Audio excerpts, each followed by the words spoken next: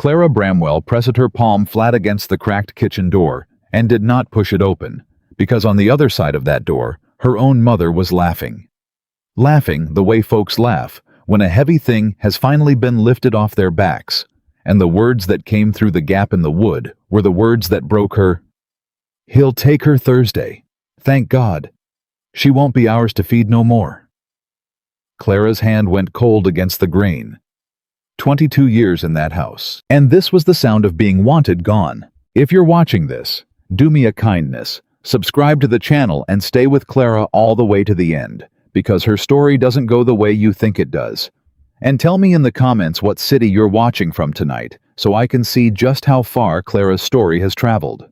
Now, let me tell you how a girl learned she'd been sold, and how the quietest man in the mountains became the only soul who ever saw her worth. Clara did not move for a long moment. She stood in the narrow hall that smelled of lamp oil and old bread, and she listened to her family celebrate her leaving as though it were a wedding they'd waited their whole lives to throw. Only it wasn't her wedding they were glad of. It was her absence. $19, her father said. His voice was thick with something relief maybe, or whiskey, or both. "The mountain man's paying $19 and taking her off our hands. $19, Martha, for that. For that. Not for her. For that." Clara's little sister Beth giggled. Beth was 16 and pretty in the way the whole town agreed a girl ought to be, and she had never once in her life been called a burden. "Does that mean I get her room, Mama?" "You get her room," their mother said, and they laughed again. Clara turned the knob and stepped inside. The laughing stopped the way a fiddle stops when the string snaps. Her father sat at the head of the table with his boots up on the chair beside him. Her mother stood at the stove. Beth sat curled in the good chair by the window, her feet tucked under her, and on the table between them all sat a small pile of coins that Clara understood in one terrible instant to be the price of her. Nobody said anything for a moment. Then her father took his boots off the chair slow and set them on the floor, and he looked at her the way a man looks at a fence he means to sell. "You was listenin'," he said. "Yes, sir." "Then you know." "I know," Clara said. Her voice came out steadier than she felt. That was a thing she'd learned young, how to keep her voice level while her insides came apart. "You're sending me up the mountain, to a man I never met." "Elias Rourke," her mother said, and wiped her hands on her apron and didn't look at her. "He's a rancher, got land up past the timberline. He come down for supplies, and he asked your father was there a girl of age, and your father said yes there was, and here we are." "Here we are," Clara repeated. "Don't you take that tone." "I'm not taking any tone, Mama. I'm just saying it back so I'm sure I heard it right." Clara looked at the coins. $19. She'd have laughed if she thought she could do it without breaking. $19. Beth's shoes cost more than that. "Beth earns her keep," her father snapped. "Beth is 16 and hasn't earned a thing but a way to look pretty at church." The room went dangerous and quiet. Her father stood. He was a big man gone soft, and when he stood, he still filled a room, and Clara made herself hold his eyes, because she had learned that too, that looking away was the same as agreeing, "You deserved it." "You listen to me, girl," he said. "You have been a weight on this family since the day the fever took your looks and your health both. You don't marry, you don't draw a suitor, you sit in that chair and you eat and you cough and you cost. And now a man, a full-grown man with land and cattle has offered to take you, and you got the gall to stand in my kitchen and turn your nose up at $19. Clara did not answer right away. She was thinking about the fever. She had been 11 when it came through Coldwater Bend, and it had taken 4 children in the town and left her alive, but changed thinner, paler. Her chest never again quite right, so that in the cold she wheezed, and in the summer she tired. And she had watched across 11 years the exact moment her family stopped seeing a sick daughter and started seeing a broken tool. "No," Clara said. "I'm not turning my nose up." "Then what?" "I'm just trying to understand," she said quietly, "why you look so happy about it." Her mother made a small sound. Her father did not. "Because," he said, and there was no cruelty in it, which was somehow worse. It was just plain, just true. Just a fact, stated flat. We are tired, Clara. We are tired of you. Clara nodded. She'd known it for years. But there is knowing a thing in the dark of your own head, and there is hearing your father say it in a lit kitchen with your sister listening. And the second one hollows you out in a way the first never could. All right, she said. All right. Thursday. She looked at the coins one more time, and then she looked away from them, and she made herself a small hard promise she did not yet have words for. I'll be ready Thursday. She went up to the room that would be Beth's soon, and she sat on the edge of the narrow bed, and she did not cry, because crying was a thing she'd given up around the same time she gave up expecting supper to be saved for her. Instead, she took stock. She owned a dress she was wearing, and a dress in the chest. She owned her mother's sewing needle, which her grandmother had pressed into her hand before she died, with the words that Clara had held onto through 11 years of being unwanted. You are worth more than they will ever tell you, child. Do not let them do the counting. She owned that needle. She owned that sentence. That was the sum of her inheritance. There was a knock at the door, soft, and Beth came in without waiting for an answer, the way she always did, and sat down on the bed beside Clara, like they were friends, like she hadn't just laughed at the pile of coins. You're not angry at me, are you? Beth said. Clara looked at her sister. She was so pretty. It wasn't Beth's fault she was pretty, and Clara was sick.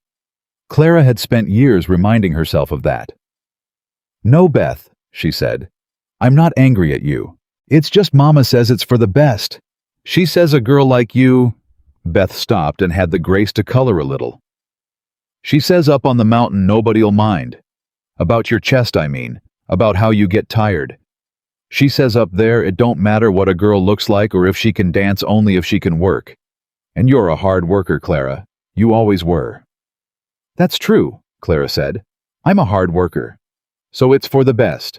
Clara reached out and tucked a strand of Beth's hair behind her ear, gentle, because whatever else was true, this was her sister, and Clara had never learned how to stop loving people just because they hurt her. That was maybe her worst flaw, and her only virtue both at once. Beth, she said, do you know anything about him? This man. Beth's eyes went wide with the pleasure of having something to tell. Only what folks say. And folks say plenty. They say he came to these mountains 8 years ago and bought up the old Coleman spread and never once explained where his money came from. They say he don't drink and he don't gamble and he don't come to church. They say... She dropped her voice. They say he killed a man once, before he came here. That's why he lives up there all alone, because he can't come down among decent people. Clara took that in. And you're all sending me to live with him, she said. Beth had the grace again to look away. Thursday came the way dreaded things always come too fast and then all at once. Clara was up before the light. She dressed in her traveling dress, which was only her second dress, and she pinned her grandmother's needle inside her collar, where she could feel it against her throat. And she came down the stairs with the chest that held everything she owned in the world. And she found her family already awake and already dressed, and she understood that they had gotten up early, not to see her off, but to be sure she left. The man was in the yard. He'd come down in the dark, and he sat his horse in the gray morning light, with a lead line running back to a wagon and a second horse. And he did not dismount, and he did not speak. And Clara stood on the porch with her chest in her arms, and looked at Elias Rourke for the first time. He was tall in the saddle, and lean the way men get when they work harder than they eat. He had a dark hat pulled low, and a dark beard coming in, and eyes she couldn't make out from that distance, only that they were fixed on her, and did not move away. He wore no gun that she could see, which surprised her, given what Beth had said. His hands rested easy on the horn. He was maybe 35.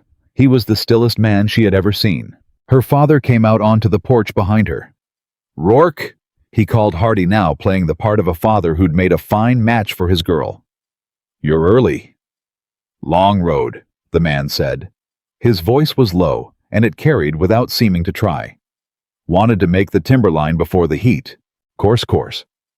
Her father clapped Clara on the shoulder the first time he'd touched her in weeks, and only for show.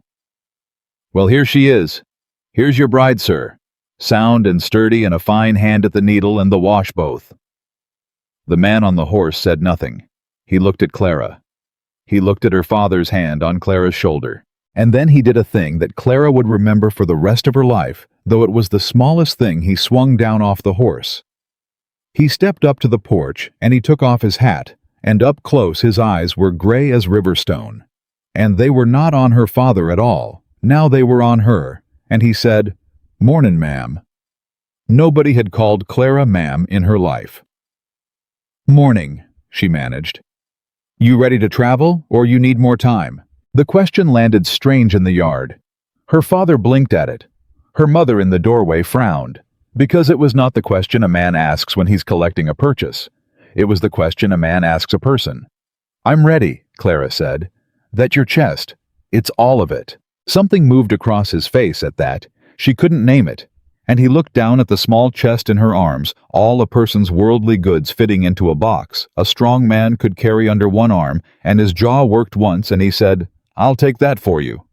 "I can carry my own." "I know you can, ma'am. I'd like to carry it anyhow." He took the chest. His hands were careful. He set it in the wagon like it held something precious, instead of 2 dresses and a dead woman's needle, and he tucked a blanket around it so it wouldn't slide, and Clara watched him do it, and felt something in her chest that had nothing to do with the fever. Her father cleared his throat. "Well then, the matter we discussed." "The money," Rourke said. "If you want to call it that." Rourke reached into his coat. He counted out the coins into her father's palm. Unhurried, and when he was done, he looked at the pile and then he looked at Clara's father, and he said in that same low, even voice, "You're selling a person for $19. Her father's face went stiff. "It ain't like it's a bride price is all. It's tradition. It ain't tradition any place I ever been," Rourke said, "but I'll pay it. I'd have paid 10 times it." He put his hat back on. "Just wanted to be sure we both know what got sold here this morning, and what got bought." Then he turned his back on Clara's father, turned his whole back the way you turn your back on a thing you've decided doesn't matter anymore, and he offered Clara his arm to help her down the porch steps, and he said, "Ma'am, whenever you're ready. No hurry on my account." Clara looked back once. Her mother stood in the doorway with her arms crossed. Beth peeked out from behind her. Neither of them said goodbye. Neither of them cried. Neither of them moved to hold her. "Goodbye," Clara said. Nobody answered. So she took the strange man's arm, and she went down the steps, and she climbed up onto the wagon seat, and Elias Rourke swung up beside her, and took the reins, and they drove out of the yard where she was born, and toward the mountains, and behind her, she heard it. God help her. She heard it clear on the morning air behind her. Her family began to laugh. She sat very straight. She did not turn around. And beside her, so quiet, she almost missed it. The man said, "You don't have to sit like that." "Like what?" "Like you're waiting to be hit." Clara's hands twisted in her lap. "Nobody's gonna hit you," Elias Rourke said. He didn't look at her. He kept his eyes on the road and his hands easy on the reins. "Not where you're going. I want to be plain about that first thing before we get so much as a mile down this road. You want to know the rules of my place, I'll tell them to you. There ain't but one. Nobody gets hit. Not by me, not by anybody. You'll never once have to sit like that again." Clara didn't answer. She couldn't. She looked straight ahead at the road that climbed toward the timberline and the mountains beyond, and she felt the laughter fade behind her, and she felt something she had no name for begin very quietly, somewhere under her ribs. They rode a long while without talking. The road climbed. The town fell away behind them, and then the last of the farms. And then it was just the two of them, and the wagon, and the 2 horses, and the great green shoulders of the mountains rising up ahead, and the summer sun climbed with them, and the air got thinner and cleaner and cooler as they went, and Clara found to her surprise that her chest hurt less up here, not more. She noticed that. She filed it away. "You want water," Elias said after a spell. He held out a canteen without looking at her. "Thank you." She drank. She handed it back. Their fingers touched for half a second, and she pulled hers away too fast, out of an old habit flinching from touch, because touch in her house had mostly meant a cuff on the ear, and she saw him notice the flinch, and she saw him not say anything about it, and she was grateful. "You got questions," he said. It wasn't a question itself. Most folks would. "I have questions." "Ask 'em." Clara considered. There were 100. She started with the one that mattered least to test whether he'd lie. "Why me?" He was quiet a moment. "You want the true answer or the easy one?" "The true one." "Then I'll need you to hear all of it, and not just the front part," he said, "'cause the front part sounds bad." "All right." Elias drove a while before he spoke. He was a man Clara was learning who did not fill silence just to fill it. When he talked, it was because he'd decided the words were worth the breath. "I've been coming down to Coldwater Bend for supplies twice a year, 8 years now," he said. "And every one of those trips I'd see this girl, sitting on a porch or coming out of the mercantile or waiting outside the church while everybody else went in. And every time I'd see the way folks treated her, talked over her, walked past her like she was a post. Her own kin worst of all." He glanced at her once and then back at the road. "That was you. Reckon you know that was you." Clara's throat had gone tight. "That was me. 2 springs back I watched your father shove you off the boardwalk into the mud so a gentleman could pass. And you got up, and you didn't cry, and you didn't cuss. You just wiped your hands on your skirt and you went on about your business like it was nothing, like it was regular." His hands tightened on the reins just barely, and then eased. "And I thought there is a person right there who has been treated like she's worth nothing her whole life, and she is still standing up out of the mud with her chin level. That is not a weak person. Whatever anybody told her, that is not a weak person." Clara stared at the road. She did not trust herself to speak. "So," Elias said, "that's the front part, and it sounds bad because it sounds like I've been watching you, and I have, and I won't pretend otherwise. But I want you to hear the back part too. I didn't come down and ask your father for you because I wanted a wife to warm my house. I got a house that don't need warming. I asked because I couldn't stand another spring watching 'em push you in the mud. I asked to get you out. That's the whole of it. What happens after? Whether you ever want to be a wife to me in truth or just a hand on my ranch, drawing honest wages, or a woman who saves up and moves on to Denver come spring, that's yours to say. Not mine. I bought your freedom off your father, ma'am. I didn't buy you." The wagon rolled on. Clara found that she was crying after all silent, the tears just running, and she was furious at herself for it, and she scrubbed at her face with the back of her hand. "I'm sorry," she said. I don't usually." "You cry all you want," Elias said gently. "Ain't a soul up here gonna count it against you." Hi. They stopped at midday in the shade to rest the horses. Elias handed her down from the wagon, and he laid out a cloth and set on it bread and cold meat and 2 apples, and Clara realized she was starving, and she also realized she was waiting old habit, deep habit for permission to eat. "Go on," Elias said, watching her hands not move. "It's yours. Half of all of it's yours. That's how it'll be. You don't wait on me to eat, and you don't take the smallest piece, and you don't ask, can you have more? There's always more. You hearin' me?" "That's..." Clara's voice cracked. "That's a strange thing to make a rule about. Food, is it?" He said it flat, and he looked at her a beat too long, and she understood that he'd seen. That somehow he'd known. That a girl who'd spent 11 years getting the smallest piece and being made to ask for more didn't need it explained to her why food might be a thing worth making a rule about. She ate. She ate the whole time, trying not to weep because the bread was good and there was enough of it and nobody was watching to see how much she took, and it was the first meal of her life she could remember eating without a knot in her stomach. "Tell me about the ranch," she said when she could talk again. "Not much to tell. It's high country. Cattle mostly and horses. I got 2 men work for me, Amos and a Cheyenne fella, name of Little Bear. Both good, both'll treat you decent, or answer to me. There's a house it ain't fine, but it's sound and it's warm and it don't leak. There's a room that's yours. Got a lock on the inside of the door, and you keep the key, and I'll never once ask you to unlock it."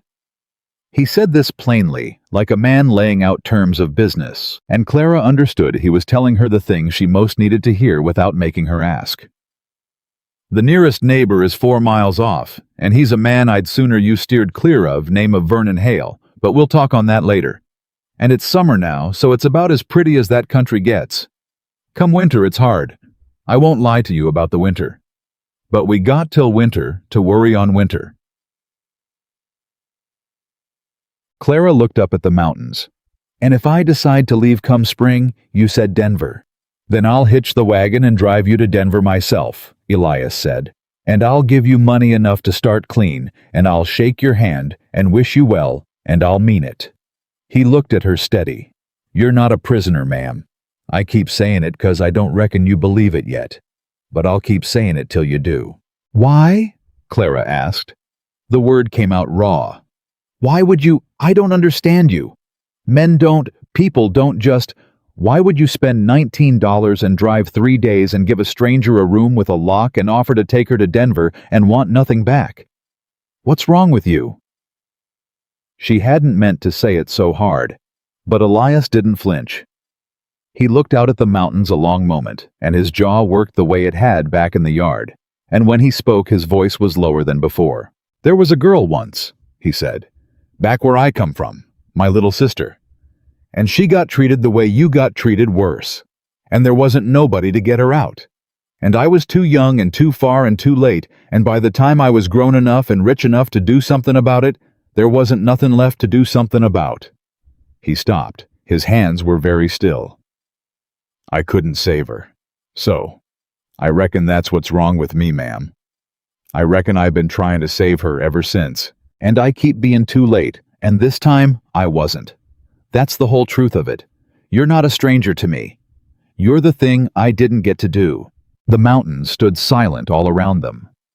Clara looked at this man, this still quiet, strange man, who folks said had killed somebody who'd bought her freedom and called it that. Plainly, who'd made a rule about food and given her a key to a lock. And she felt the last of her fear of him drain away, and something far more dangerous take its place, which was the beginning of trust, and trust was the one thing Clara had never once been able to afford. "What was her name?" she asked. "Your sister." Elias didn't answer for a moment. "Sarah," he said finally.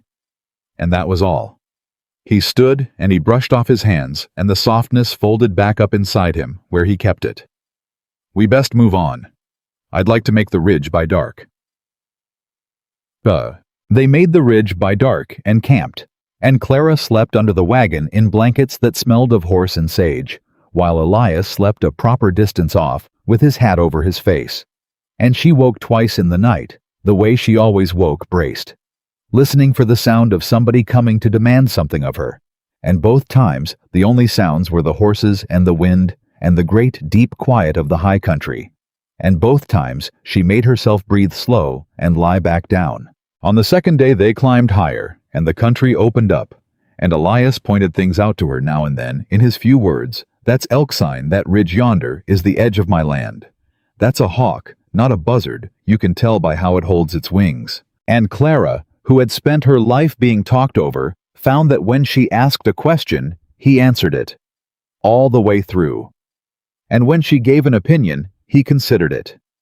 And when she was quiet, he let her be quiet without deciding her silence was a sulk that needed fixing. By the second evening, she caught herself doing a thing she hadn't done in years. She was talking, just talking, telling him a thing about her grandmother, about the needle, about the sentence. "You are worth more than they will ever tell you, child. Do not let them do the counting."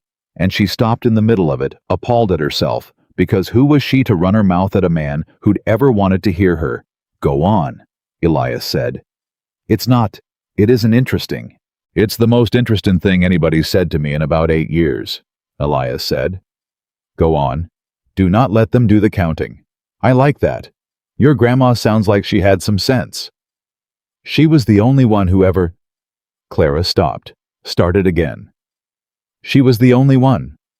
Well, Elias said, she ain't anymore. And he said it so simply, so without weight, that it took Clara a full minute to understand what he'd just told her. And when she did understand it, she had to turn her face away toward the dark mountains so he wouldn't see what it did to her.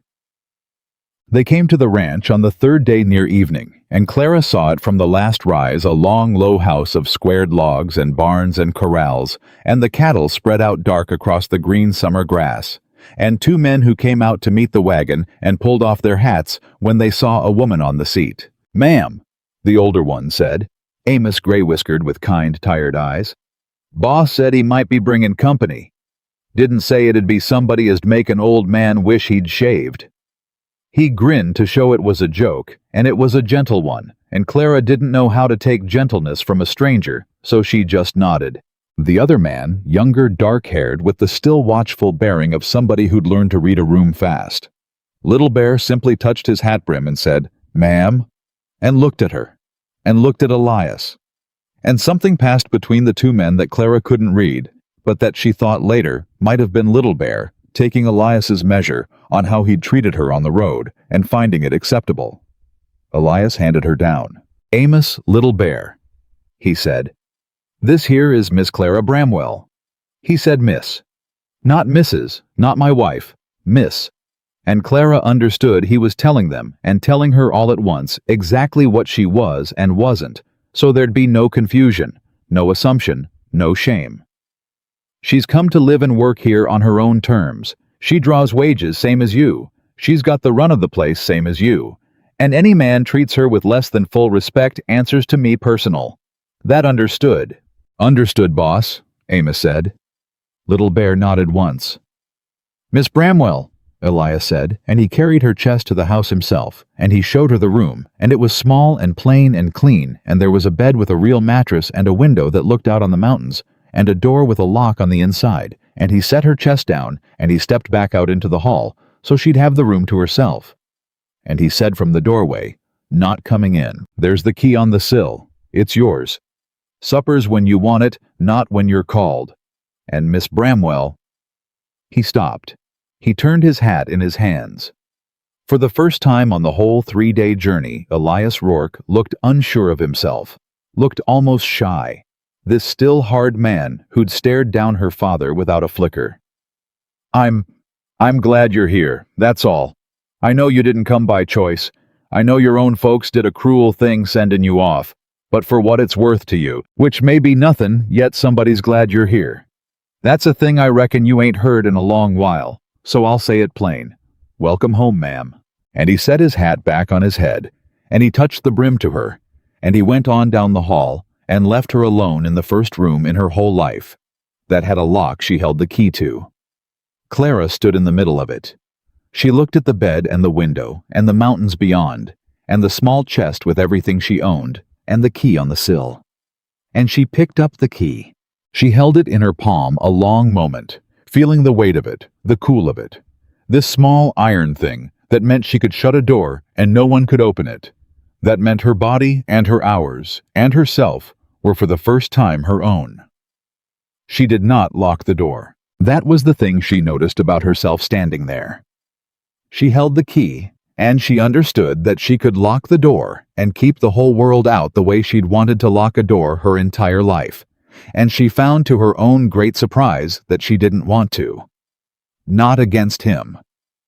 She set the key back on the sill, where she could see it where it was hers whenever she wanted it. And then Clara Bramwell sat down on the edge of the bed in the last light of a mountain summer evening, and she put her hand to the needle pinned inside her collar, her grandmother's needle, and she said out loud, quiet to the empty room, and to the dead woman who'd loved her, and to the girl she'd been for 22 long years. "They counted me at $19. Her voice shook, and then it steadied the way it always did, the way she'd taught it to. "But they don't do the counting anymore." Downstairs, she could hear the low voices of the men and the clatter of plates and somebody. Amos, she thought, laughing at something, and the smell of supper came up through the floorboards, and nobody called her name to demand she come and serve it, and nobody would count how much she ate.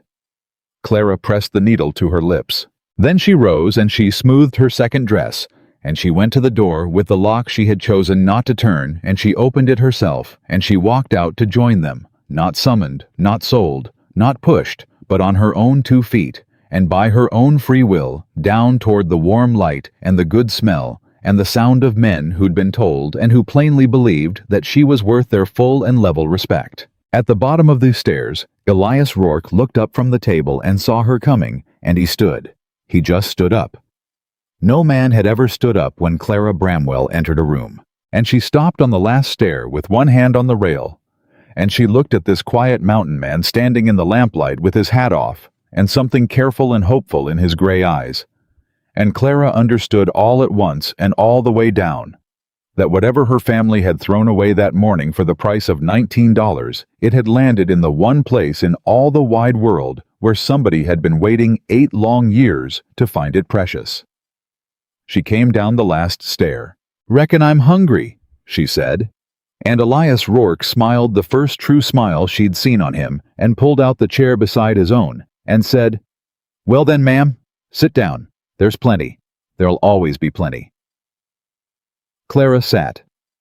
And for the first time in her whole entire life, a family, a strange one, a broken one, an unlikely one, made of a silent cowboy and an old man and a Cheyenne cattle hand, and a girl who'd been sold like a fence post, passed the food to her first. The first night at the Rourke Ranch, Clara Bramwell ate until she was full, and then she sat very still, waiting for the cost of it to come. It didn't come. Nobody took her plate before she was done. Nobody counted her second helping out loud. When she reached for more bread, old Amos slid the whole loaf across the table toward her. Without a word, the way you'd pass salt, like it was nothing like she was owed it, and Clara had to look down at her lap for a moment, because a kindness that small should not have been able to hurt that much.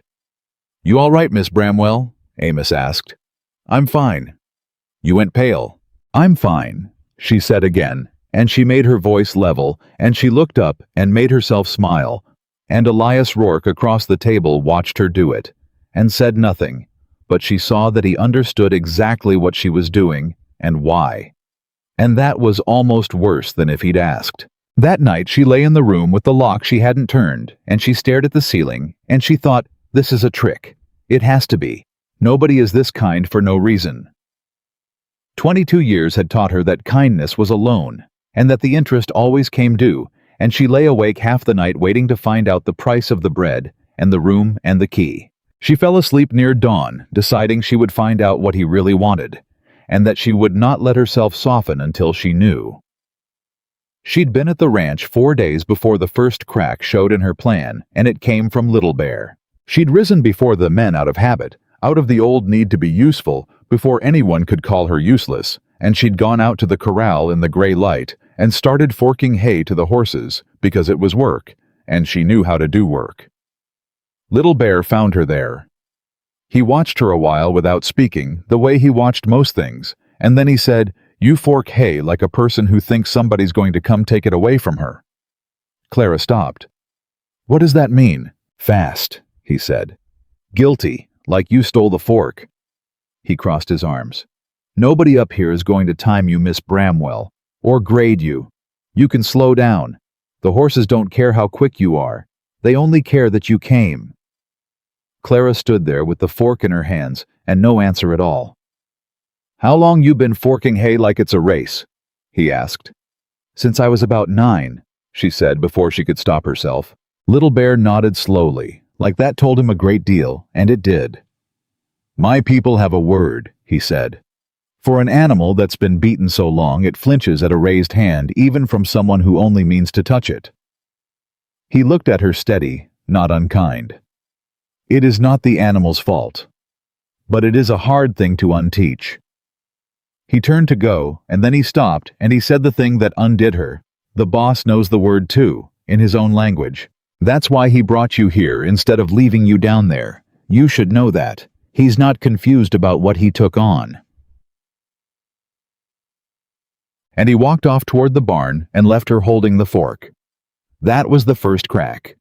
The second came 3 days after that, and it came from Elias himself, and it came harder. She'd been trying all that first week to earn her place, not because he asked, but because she couldn't stop. She cooked when it wasn't her turn. She mended shirts she found tossed over the corral rail. She scrubbed a floor that didn't need it. And on the 7th evening, Elias came in from the range dusty and tired, and found her on her knees at the hearth, blacking a stove that she'd already blacked 2 days before. And he stood in the doorway and watched her a moment. And then he said, "Quiet, Miss Bramwell, come away from there. It's nearly done." It was done Tuesday. He crossed the room and crouched down beside her, not touching her close, but not crowding, and he looked at the stove and then at her raw red hands, and something moved in his jaw. "You're working like a person trying to pay a debt." "Maybe I am." "There's no debt." "There's always a debt," Clara said, and she heard her own voice come out too sharp too fast, and she couldn't stop it. "There's always a debt, Mr. Rourke. That's the one thing I know for certain in this whole world. Somebody feeds you, you owe them. Somebody houses you, you owe them. Somebody's kind to you, you owe them the most of all. Because kindness costs more than bread, everybody knows that. And I have been paying that particular debt my whole life, and I would just—" Her voice cracked, and she hated it. "I would just like to know the number. That's all. Whatever it is. Just tell me the number so I can start paying it and stop waiting to find out what it is."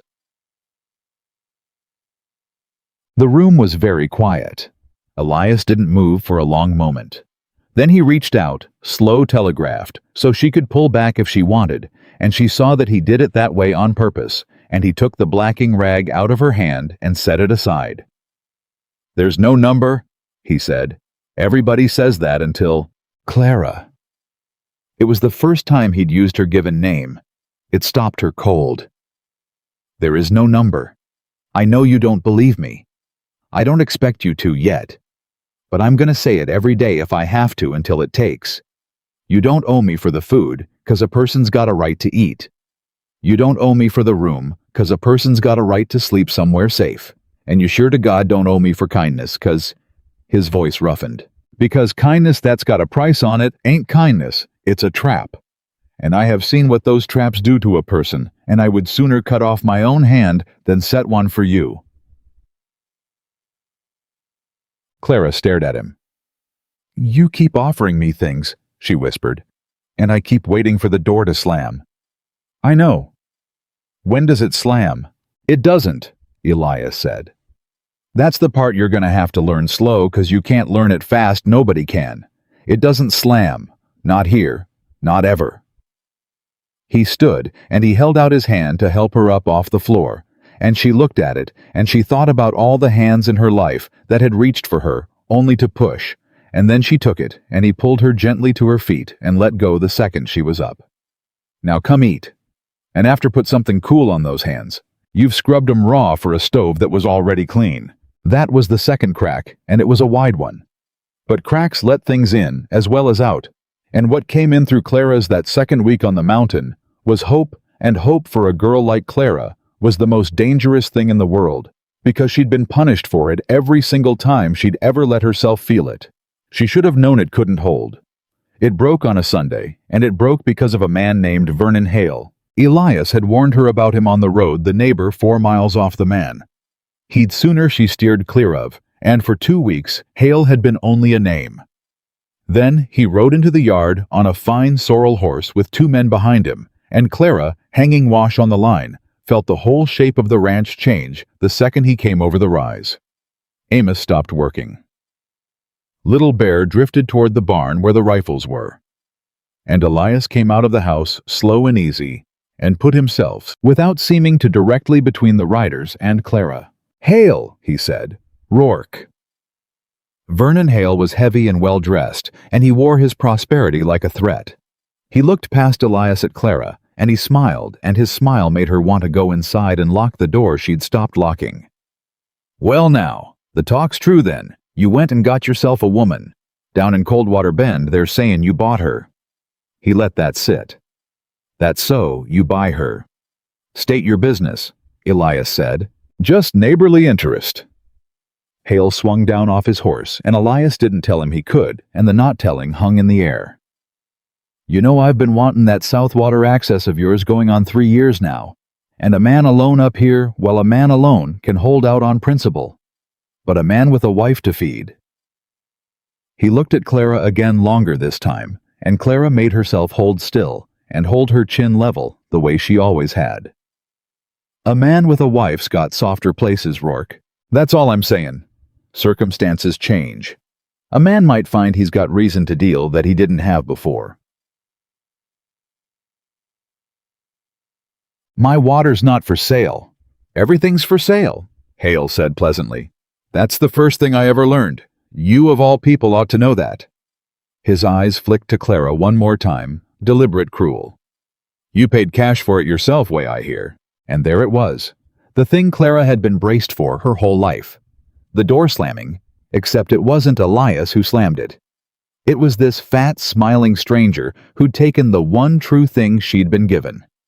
The word freedom, the word miss. The fact that a man had bought her out of hell, and called it that plainly and honestly, and turned it into filth in front of everybody in the yard. Clara felt herself start to shrink. That was the old response. Shrink. Go small, go quiet, wait for it to pass. She felt her shoulders start to curl in. And then she heard in her head clear, as if the old woman stood beside her. Do not let them do the counting. Clara set down the wet shirt she was holding. She walked across the yard right past Elias, who turned startled, who said, Clara? Lo, a warning, a plea, and she walked right up to Vernon Hale and stopped a pace from him close enough to smell the pomade in his hair, and she looked up at him, and she did not shrink at all. You want to know if he bought me? She said. Her voice carried across the whole still yard. He did. He paid $19 to my father, who was glad to take it because my family wanted me gone as bad as you want that water. So yes, Mr. Hale, I was bought. She took a breath and did not let it shake. But you've got the story backwards, same as everybody down in that town's got it backwards. He didn't buy a wife. He bought a girl her freedom, and then he handed it to her, and he asked for nothing back, which is a thing I don't expect you could understand, since you just told my whole yard that everything's got a price. So let me tell you what I learned that you never did. She stepped in half a pace closer, and Vernon Hale, twice her size, actually leaned back. Some things aren't for sale. My freedom's one. His water's another. And you rode 4 miles up a mountain to find that out, so now you know. And you can ride 4 miles back down and tell the whole of Coldwater Bend that the unwanted Bramwell girl said so to your face. Nobody moved. Amos had his mouth open. Little Bear by the barn had gone very still with what might have been the beginning of a smile. And Elias Rourke stood in the middle of the yard, staring at Clara like a man watching a thing he'd hoped for, but never quite let himself believe in actually come true in front of him. Vernon Hale's pleasant face had gone dark. You want to watch your mouth, girl? He said softly. Mountain's a dangerous place for a woman. Things happen. Riders come through. Fires start. A body can get lost. He looked past her at Elias. You ought to teach your purchase some manners, Rourke, for somebody teaches her the hard way. And that threat spoken low and specific riders come through, fires start. That was the moment the easy went out of Elias Rourke entirely. He crossed the yard. He didn't hurry. But something about the way he came made Hale's 2 mounted men shift their hands toward their belts, and made Hale himself take a full step back. Elias stopped between Clara and Hale, and he was not loud, and that was the frightening part. You just threatened a woman on my land, Elias said. You want to think real careful about the next thing that comes out of your mouth, Vernon, because I have been 8 years being the neighbor you can push, and I just this minute stopped. Rourke, fires start, you said. Riders come through. Elias's voice never rose. You send one rider up this mountain, Vernon, one with a torch or a rope or a bad intention toward anybody on this place, and I will not go to the sheriff, and I will not go to the circuit judge, and I will not send a letter. I'll come down that mountain myself. You know I'll come. Everybody in this county knows what I did before I came here and why I keep to myself. You want to test whether the story's true? He tilted his head. Go on and start a fire. The yard held its breath. And Vernon Hale, prosperous, heavy, smiling. Vernon Hale looked into Elias Rourke's face and found something there that changed his mind, and he climbed back on his sorrel horse without another word, and he wheeled it around, and he rode down the mountain with his 2 men behind him, and he did not look back. The dust settled. Amos let out a long breath. Well, he said, reckon that's the last of the neighborly visits for a spell. But Clara wasn't looking at Amos. She was looking at Elias, and Elias was looking at her, and there was something raw and open in his face now that hadn't been there before, and he said low, just for her, "You didn't shrink." "No," Clara said. She found she was shaking, not from fear, from the sheer strange force of having stood up. "No, I didn't. You walked right past me and stood up to a man twice your size." "I did." "Why?" And Clara, who a week ago couldn't have answered, who a week ago didn't have the words, looked at him and said, "Because you keep telling me I don't owe anybody anything, and I decided today to find out if I believed you." Her voice broke on the last of it. "Turns out I'm starting to." Elias Rourke closed his eyes for a second, like a man who'd just been handed something he'd wanted a long time, and when he opened them, he said only, "Come on inside, your hands are shaking. I'll put coffee on." And that should have been the end of it. The high point, the triumph. But that night, everything Clara had built in 2 weeks came apart, because that night she learned the truth about Elias Rourke's sister, and the truth was not what he'd told her on the road. It started innocent enough. She couldn't sleep wound-tight from the day, and she came downstairs near midnight to find Elias still up at the table with a lamp and a bottle he hadn't opened just sitting with it. And she stopped on the stairs, and he said without turning, "Can't sleep either." "No?" "Sit if you want." She sat, and for a while they didn't talk. And then Clara, who was braver that night than she'd ever been, said the thing she'd been carrying since the road. "You told me about your sister, Sarah. You said you couldn't save her, that you were too young and too far and too late." She watched his face. "But that's not the whole of it, is it? You said something today to Hale, about what you did before you came here, about why everybody knows to be afraid of you." Elias went very still. "The man folks say you killed?" Clara said. Her heart was pounding. "It had to do with her, with Sarah, didn't it?" For a long, long moment, she thought he wouldn't answer. His hands were flat on the table on either side of the unopened bottle, and she watched his knuckles go white, and she thought, "I've pushed too far. This is the door. This is finally the door slamming." "Yes," Elias said. "Just that. Yes." "Tell me," Clara whispered. And Elias Rourke looked up at her across the lamplit table, and his gray eyes were wet, and he said, "You sure you want to know what kind of man you've been living with 2 weeks? 'Cause once I tell you, you can't unknow it. And you got that room with the lock, and you got the wagon can take you to Denver, and I'd understand it, Clara. If you wanted either one, after." Clara looked at this man who had stood between her and Vernon Hale, who had made a rule about food, who had handed her a key, and never once asked for it back.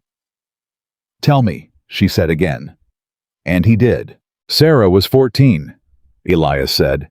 "I was 19 and gone off working cattle drives to send money home, 'cause our folks were dead, and I was all she had, and money was the way I knew to be all she had." He turned the bottle slowly on the table, not drinking, just turning it. "There was a man in our town, respected man, deacon even. Owned the store, held everybody's notes folks owed him, and so folks looked the other way. And this man," Elias's voice went flat and terrible, "this man had been at my sister for a year, and she wrote me, but she wrote it soft, the way a scared child writes hints, and I was young and tired, and I read the letters too fast, and I didn't hear what she was telling me. And by the time I came home—" He stopped. His jaw worked. "By the time I came home, Sarah was in the ground. Took her own life, 14 years old. And the whole town came to the funeral and shook their heads and said what a shame, poor girl must have had a weakness in her. Must have been something wrong with her. And the man who did it stood right there at the graveside in his good coat, and helped carry her. Clara's hand had come up to her mouth. So, I went to his store that night, Elias said quietly, and I told him I knew. And he smiled at me, Clara. He smiled the way Vernon Hale smiled at you today. That same exact smile, the smile of a man who's never once in his life been made to pay for a single thing, and he told me he'd deny it, and that folks believed him, and not me, and that I was a dirt-poor cattle hand, and he was a deacon, and I should get on my horse and ride out before I made trouble I couldn't afford. He looked up at Clara. And I killed him. With my hands. Right there in his store. And I don't lie to you and say I'm sorry, 'cause I ain't not for him. But I'm sorry for what it made me. And I ran and I rode, and I ended up on this mountain, and I built a life where nobody could get close enough to hurt, and nobody could get close enough to be hurt. And I told myself that was penance. That was living alone with what I'd done. His voice dropped. And then twice a year, I'd ride down for supplies, and I'd see a girl in Coldwater Bend getting treated like she was worth nothing by folks who ought to have loved her. And every single time I saw you, I saw Sarah. And every single time I rode back up this mountain, and I hated myself worse because I'd sworn I'd never be too late again. And there you were, and I kept riding past. The lamp flickered. So this year I didn't ride past, Elias said. That's the whole truth of it, Clara. That's the man you're living with. A man who killed somebody with his hands and don't regret it, and who bought you off your father because he couldn't save a 14-year-old girl 20 years ago, and it's eaten him alive every day since. He pushed the unopened bottle away from himself, deliberate. So there's your number if you were still looking for one. There's what I want back. Nothing. I don't want a thing from you. I already got what I needed the day you climbed in that wagon and let me drive you up out of there. I got to not be too late. One time. That's all I wanted. That's paid in full. Clara sat in the lamplight and she could not speak. She thought she understood finally everything, the stillness in him, the distance, the room with the lock, the endless patient telling her she owed nothing. It wasn't strategy. It wasn't a trap with a slow spring. It was a man who had watched kindness with a price destroy the only person he loved and had spent 20 years making sure he would never ever be that price for anyone else. You didn't come home too late, Clara said finally, and her voice shook. You came home to Sarah too late, but you didn't come to me too late. Do you understand that? You keep saying you got to not be too late one time, but it's not one time. You've been on time. I'm still here. I'm sitting right here, Elias. You made it. Elias Rourke put his face in his hands, and Clara did a thing she had never in her life done for another person, because no one had ever made her feel safe enough to do it. She got up, and she came around the table, and she put her hand on his shoulder, and she left it there, and she did not pull away when he shook. They sat like that a long while. And when he finally lifted his head and wiped his face rough with his sleeve and started to apologize for it, I ought not of a man shouldn't. Clara stopped him. No, she said. You keep telling me the rules of your place. Nobody gets hit. Nobody counts the food. Well, here's one of mine since I live here too now. She looked at him steady. Nobody apologizes for grieving. Not here. Not ever. Elias let out something that was half a laugh and half a sob. You're starting to sound like you mean to stay. And Clara opened her mouth to answer, and that was when the dog started barking out in the dark, sharp and frantic, and Little Bear's voice came sudden and hard across the yard from the bunkhouse. Boss, fire, down the south fence. Somebody set the grass. Elias was on his feet before the words were done. Clara stood too, her heart in her throat, because she knew they both knew exactly whose fire it was, and exactly what Vernon Hale had promised in the yard that afternoon: riders come through, fires start. And now here it was, not a week's warning, not a threat, but that very night, as if to prove he would not be told no by a purchased girl. Stay in the house, Elias said, grabbing his coat. No, Clara said. Clara, I'm not staying in the house. She was already reaching for the second lamp, already moving. I stood up to him in your yard this afternoon, and I meant it, and if his fire's what came of it, then it's my fire too, and I'll fight it same as you. She met his eyes. "You said I've got the run of this place same as any man on it." "Well, this is the place. It's burning. I'm coming. And for one heartbeat, Elias Rourke looked at her, this girl who 2 weeks ago had flinched from a past loaf of bread now standing in his kitchen with a lamp in her hand, and fire in her eyes, refusing to be sent to safety, refusing to be small. And something in his face broke open into something that was too much like love to be called anything else. "Then get your boots," he said, "and stay by me." They ran out into the dark together, and the whole south sky was orange, and the men were already shouting and dragging feed sacks toward the water trough. And the cattle were bawling and moving in the dark, and the summer grass dry high ready was going up in a line that ran straight and unnatural along the fence, the line a man makes when he drags a torch on purpose. "It's set," Amos yelled over the roar. "It's set for certain, boss. It runs too clean." "I know it's set." Elias was already soaking sacks in the trough. "Little Bear, cut the fence and drive the cattle north away from it. Go, Amos, wet sacks. We beat it out along the near edge before it takes the barn." Clara. "Sacks," Clara said, already grabbing one, already plunging it in the water. "I've got sacks. Go!" And they fought the fire. It went on for what felt like hours, and was probably one beating at the flames with wet sacks choking on smoke. Clara's raw, scrubbed hands screaming, and her weak chest heaving in the smoke, so that Elias twice shouted at her to fall back. And twice she refused until the two of them were fighting side by side down the same stretch of burning fence line, faces black coughing, driving the fire back foot by foot toward the bare ground where it had nothing left to eat. And they beat it. They beat it out. The last of it died against the turned earth of the near field, and the men stood in the smoking dark, gasping. And the danger passed, and the barn stood, and the house stood, and the cattle were safe up north with Little Bear. Clara sank down onto the scorched ground, coughing spent. Her hands blistered, her lungs on fire, and Elias dropped down beside her and put an arm around her, without thinking about it, just holding her up, and she leaned into him, without thinking about it either, and for a moment they just breathed in the ruined dark. "You shouldn't have been out here," Elias said hoarsely. "Your chest—" "I told you," Clara coughed. "It's my fire, too." "You near killed yourself." "But I didn't." She turned her smoke-black face up to his. "That's the part you keep missing, Elias. I keep not dying. Everybody counted me out my whole life, my family, the fever that man Hale and I keep on not dying. Maybe I'm not as breakable as everybody decided I was." Elias looked down at her, and he was going to say something. She could see it building in him. Something big. Something that had been 8 years coming when Little Bear rode back down out of the dark on a lathered horse and swung off before it stopped, and said in a voice that dropped the bottom out of the whole night, "Boss, the cattle are safe. But I found something in the grass up where the fire started." He held out his hand into the lamplight, and in his palm was a scrap of cloth, scorched at one edge, torn, and stamped into the corner of it was a mark, a brand. An initial burned into the leather of a glove somebody had lost while setting the fire.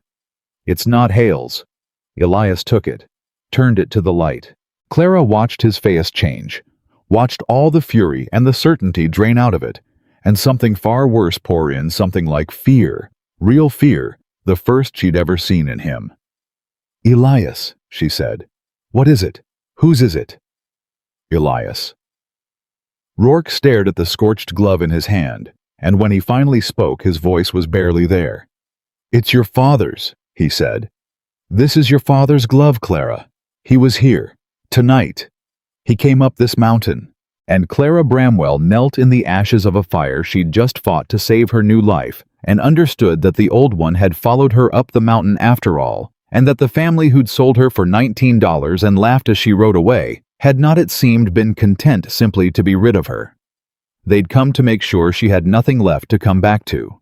Clara took the scorched glove out of Elias's hand and held it up to the lamp herself, because she did not want to believe it, and she needed to see it with her own eyes. She saw it. The initials burned into the leather were her father's. She'd know them anywhere. She'd stitched a patch onto that same glove 2 winters ago, sitting up late while he slept mending a thing for a man who wouldn't have crossed the room to hand her water. The patch was still there on the scorched thumb. Her own small stitches half melted now. "That's my work," she said, and her voice came out strange and flat. "Right there, that patch. I sewed that." "Clara, he wore my mending to burn my new home down." She began quietly to laugh, and it was a bad laugh, a laugh with nothing in it, and Elias put his hand on her arm. "No, no, don't. I'm all right. I just—" She stopped laughing all at once. "I'm not all right. I thought I got away. I climbed in that wagon and I thought I got away, and he followed me up a mountain in the dark to set a fire, and I don't. Elias, I don't understand. He wanted me gone. He got what he wanted. Why would he come? What's left to take? I don't have anything. He sold me for $19. I don't have anything left he could want." And Elias went still in the way she'd learned meant he knew something she didn't. "Yes, you do," he said slowly. "I don't. Clara." He looked at her hard. "Why'd your father agree to sell you to me for $19? A man who couldn't stand you, couldn't wait to be rid of you. Why'd he take money at all? Why not just throw you out on the road for free and save himself the trouble of finding a buyer?" Clara opened her mouth, closed it. Because she didn't have an answer, and now that he'd asked, the not having an answer felt suddenly like a hole she'd been standing over her whole life without ever once looking down. "I don't know," she said. "Neither do I. But I mean to find out." Elias closed his fist around the glove.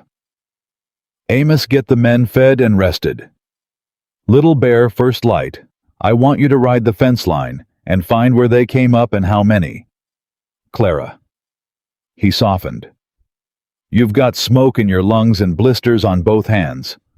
Go inside. Sleep if you can. In the morning, we figure out what your father wants bad enough to come burn for it." But Clara didn't sleep. She sat up all night in the room with the lock turning the question over and over. Why $19? Why sell what you're desperate to give away? And near dawn, watching the sky go gray over the mountains, she remembered a thing so small she'd buried it years ago, and she sat bolt upright in the bed. She went down the stairs 2 at a time and found Elias already at the table with coffee, and she said before she even reached the bottom, "My grandmother." "What about her?" "My grandmother, the one with the needle. The one who told me not to let them do the counting. She died when I was 14. And before she died, she was rich, Elias. Not rich like Hale. But she had land. She had a house in town and a piece of ground south of Coldwater Bend, good ground with water on it." Clara gripped the back of the chair. "And when she died, my father took over everything, all of it. And I never thought twice, because I was 14 and grieving, and nobody tells a 14-year-old girl anything about money. But she loved me. She was the only one who ever loved me. And I keep thinking, why would she leave everything to my father, who she couldn't stand?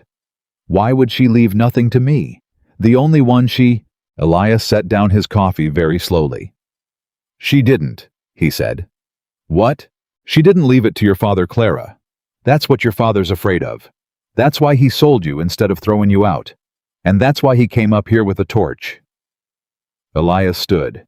"A dyin' woman with land and sense doesn't leave everything to a man she can't stand and nothing to the granddaughter she loved. She left it to you. And your father's been sittin' on it for 8 years, spendin' it, farmin' it, callin' it his, as long as you stayed unmarried and unwanted and under his roof, where he could control you." His jaw tightened. "But the day you married, the day you left his house and became your own woman with a husband to stand for you, that land comes to you. And it stops being his." The kitchen was dead silent. "He didn't sell me to get rid of me," Clara whispered as the whole shape of her life reassembled itself in front of her, ugly and clear. "He sold me because he thought a mountain man nobody knew would take me somewhere far and quiet, and I'd never find out. He thought you'd never let me learn to read a deed or ask a question. He sold me to bury me where the land could stay his. And then," Elias said grimly, "you stood up in a yard and told Vernon Hale you had freedom, and worth loud enough that it'll be all over Coldwater Bend by Sunday. Word travels." Your father heard his buried controllable unwanted daughter was up on a mountain finding her spine. And a woman with a spine asks questions. And a woman who asks questions finds out what's hers. He looked at her. So he didn't come to hurt you, Clara. He came to burn me out. Because if the ranch fails, if I'm ruined, you've got nowhere to go but back down to him, and a woman under her father's roof can't claim a thing. Clara sat down hard in the chair. He's not trying to kill me, she said numbly. He's trying to make me poor enough to come home. That's my read. So he can keep the land. So he can keep the land.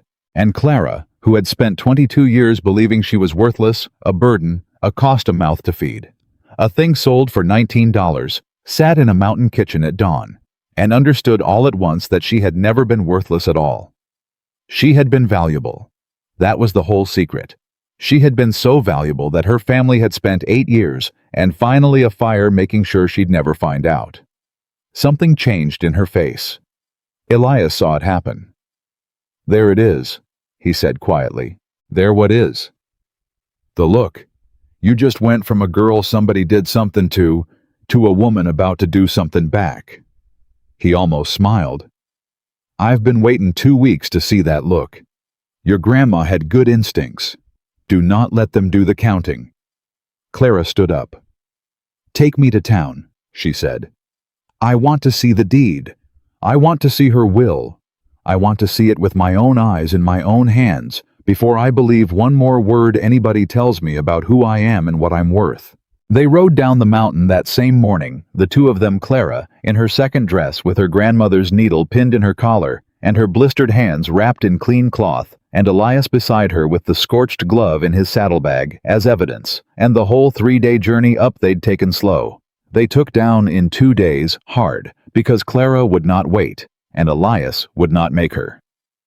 Coldwater Bend saw them coming. The town that had watched Clara Bramwell get sold for $19 2 weeks before now watched her ride back in beside the mountain man.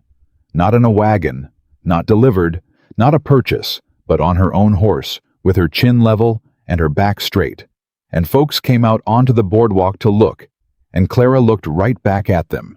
At every one of them, at the church folk who'd let her father shove her off this very boardwalk into the mud, and she did not look down. They're staring, Elias murmured. Let them, Clara said. They've been staring my whole life.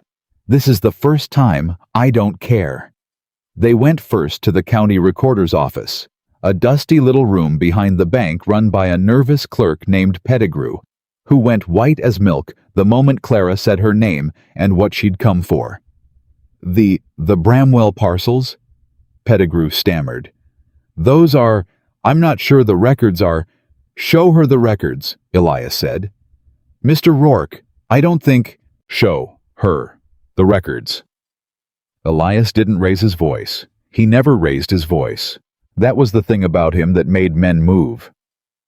The lady wants to see the will of her late grandmother and the deed to the south parcel. Both are public record. You'll produce them, or you'll explain to the circuit judge next month why a county recorder refused a lawful request. Your choice. Pettigrew's hands shook as he pulled the ledger. And when he opened it to the page, Clara leaned over it, and there it was, in a dead woman's careful hand, witnessed and sealed, and legal, the last will and testament of Margaret Ellen Bramwell. And it left the townhouse and the south parcel, with its water, and the whole of what she owned, to her granddaughter Clara to come to her upon her majority, or her marriage, whichever came first, and expressly not to her son, of whom the old woman had written in a line that made Clara's throat close.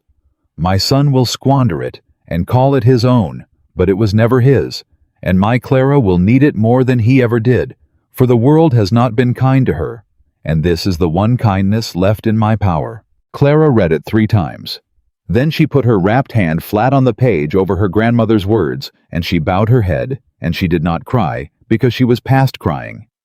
Now she'd gone somewhere colder and clearer than crying. She knew, Clara said softly. She knew exactly what he'd do. And she left it to me anyway, and she trusted that someday I'd find out. 8 years. He's had it 8 years. She looked up at the clerk. Mr. Pettigrew, Who's been collecting the rents on the townhouse, and who's been farming the south parcel? Pettigrew swallowed. Your father, ma'am. And who transferred the deed into his name? The clerk's eyes darted once fast toward the wall, the little office shared with the bank next door, and Clara followed his glance, and Elias followed hers, and all three of them understood at the same moment that the answer to that question was on the other side of that wall. The bank, Clara said slowly. The bank transferred it. A dead woman's land willed to a minor girl, and somehow it ends up deeded to her father, and the bank does the paperwork and collects the fees and looks the other way. She turned to Elias. Who owns the bank in this town? Elias's face had gone hard as the mountain. Vernon Hale, he said. Vernon Hale owns the bank.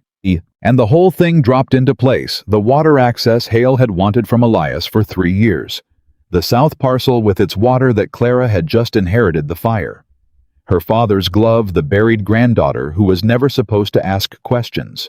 It's not two of them, Clara breathed. It's not my father and it's not Hale. It's both, together. My father's been sitting on my land for 8 years and Hale's been letting him. Because Hale's the one who really wants it, the water. Elias, it's always been the water. My grandmother's south parcel has the water. Hale's been trying to buy off you for 3 years, and it was mine the whole time, and if I ever claimed it, Hale loses his chance at it forever. She felt the fury rise in her, clean and bright. So they made a deal. My father keeps the use of it and the rents, and someday when the time's right, he sells it to Hale quiet, and I never know it existed. Except I got sold to you instead of buried, and I stood up in a yard, and now they're both afraid. That's a hangin' worth of fraud, Elias said. Land theft from a minor, forged transfer, and now arson to cover it. Then let's hang them, Clara said.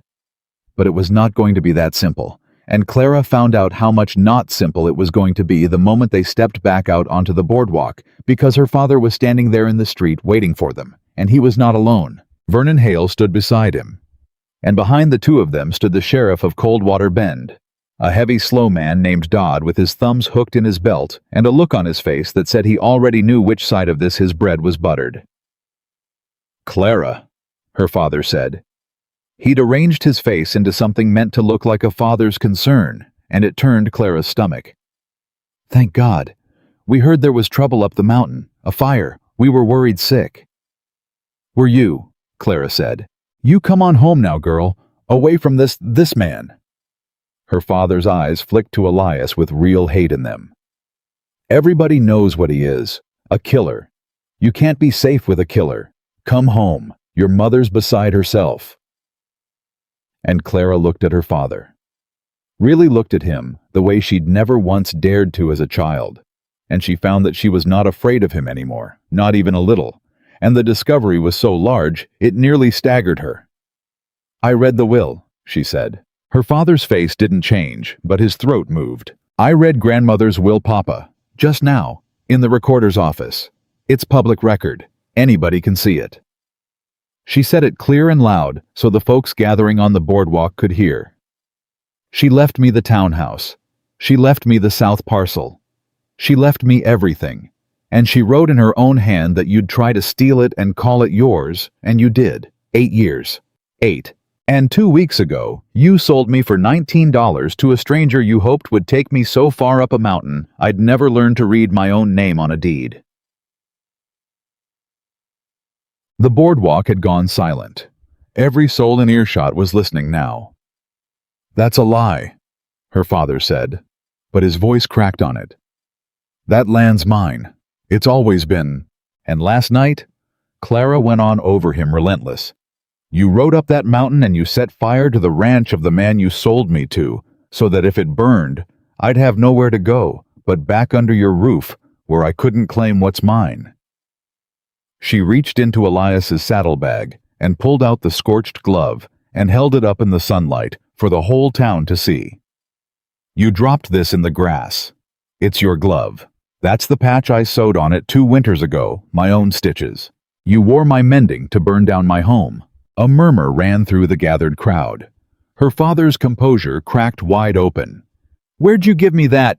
"Sheriff Dodd," Clara said, turning to the heavy man. "Here's a glove that puts my father at the scene of an arson last night. And here's a will in the county's own records that shows he's been holding stolen land for 8 years. And I expect you'll want to." "Now hold on," Sheriff Dodd said, and he did not reach for her father, and he did not reach for the glove. And the way he didn't told Clara everything. "That's a serious accusation, missy. A glove don't prove nothing. Could have been dropped any time. And that wills get contested all the time. That's a matter for lawyers, not for the street." He shifted his weight. "Way I see it, we got a young woman got herself worked up, ran off with a man of ill repute, and now she's making wild claims against her own kin? That's how I'll write it up anyhow." And there it was. The last piece. The sheriff was Hale's, too. Clara felt the ground go out from under the little triumph she'd been standing on. She had the will. She had the glove. She had the truth, plain and public. And it didn't matter, because Vernon Hale owned the bank and the sheriff and half the notes in the county, and a truth is only worth what the men who hold the power will let it be worth. Vernon Hale spoke for the first time. And he was smiling that smile again, the one Elias had told her about, the smile of a man who'd never been made to pay. "Sheriff's right," Hale said smoothly. "This is a family matter, emotional, sad even. Young woman's clearly not well. Everyone knows the Bramwell girl was always sickly, always fragile." He said it kindly, which was the cruelest part. "Best thing for her is to go home and rest. Rourke, you've caused enough trouble. Take your killer's reputation back up your mountain and leave this poor family in peace before the sheriff finds a reason to hold you for that fire himself." And Clara understood the trap had teeth she hadn't seen. They could pin the fire on Elias. A man with a killing in his past, a reputation, no friends in town, of course they could. They could take her land, take her freedom, take Elias too, and call it justice, and the whole town would let them, because the whole town owed Vernon Hale money. She looked at Elias. And Elias, God help him, looked back at her with something in his face she'd never expected to see. Their defeat, the beginning of it, the look of a man who'd fought power like this before 20 years ago, in a store with his dead sister, and lost, and knew the shape of losing. "Clara," he said low, maybe we go, and we get a lawyer. A real one from Denver, and we come back and do this right in a courtroom where—" "No," Clara said. "Clara Dodd'll arrest me for the fire. He's looking for the reason right now. If they take me—" I said no, and Clara stepped forward off the boardwalk, down into the street alone past Elias, and she walked right up to the three of them, her father and Hale and the sheriff, the way she'd walked up to Hale in the yard, and she stopped, and she pitched her voice to carry to every window and every doorway on that street. "You're right, Mr. Hale," she said. "I was always sickly, always fragile. The fever near killed me when I was 11, and it left me weak my whole life, and my family never once let me forget it. You know that. You knew it when you made your deal with my father. You figured a sick, fragile, unwanted girl would be easy to bury, easy to sell, easy to break." She let that hang. "And you were right about all of it, but the last part." She turned in a slow circle, and she spoke to the town, not to the men. "Every one of you knows me," she called out. "You've known me my whole life. You watched my own father shove me off this boardwalk into that mud right there, and not one of you helped me up. That's all right. I'm not asking you to be sorry. I'm asking you to look." She held the glove high again. "This man," she pointed at her father, "stole my inheritance from a dead woman and burned a home last night to keep it. And this man," she pointed at Hale, "owns the bank that forged the papers and the sheriff who won't lay a hand on either of them. You all owe Vernon Hale money, every one of you. So you'll look at your feet and you'll go home and you'll let them do it, because that's what you've always done." Her voice cracked like a whip. "But I'm not going to let them do it, because a woman told me once not to let them do the counting. And I've been counted my whole life by everybody in this town, and I am done being a number in other people's ledgers." The street was utterly still. "The circuit judge comes through this county next month," Clara said. "Judge Harlan Wexford. He doesn't owe Vernon Hale a dime because he's federal, and he answers to Denver, not to this town. And I am going to take my grandmother's will and this glove and the recorder's own ledger, and I am going to stand in front of that judge, and I am going to tell him exactly what I've told you today. And if Sheriff Dodd arrests my husband on a false charge before that judge arrives," she'd said husband. She heard herself say it, and she did not take it back. "Then I'll tell the judge that too. And Judge Wexford will want to know why a county sheriff jailed an innocent man to protect a banker's land fraud. Won't he, Sheriff?" Sheriff Dodd's thumbs came out of his belt. She'd found the one thing he was afraid of. Not her, not Elias, the federal judge, the one man in the county Vernon Hale's money couldn't reach. Now, Clara said quieter into the silence she'd made, "I'm going to ride back up that mountain with my husband, and nothing had better happen to that ranch between now and the judge's court, Mr. Hale. No fires, no riders, no accidents. Because I've told this whole town what to watch for now, and if my home burns again, there's 50 witnesses standing right here who heard you threatened it. You wanted to bury me quiet. You've lost your chance.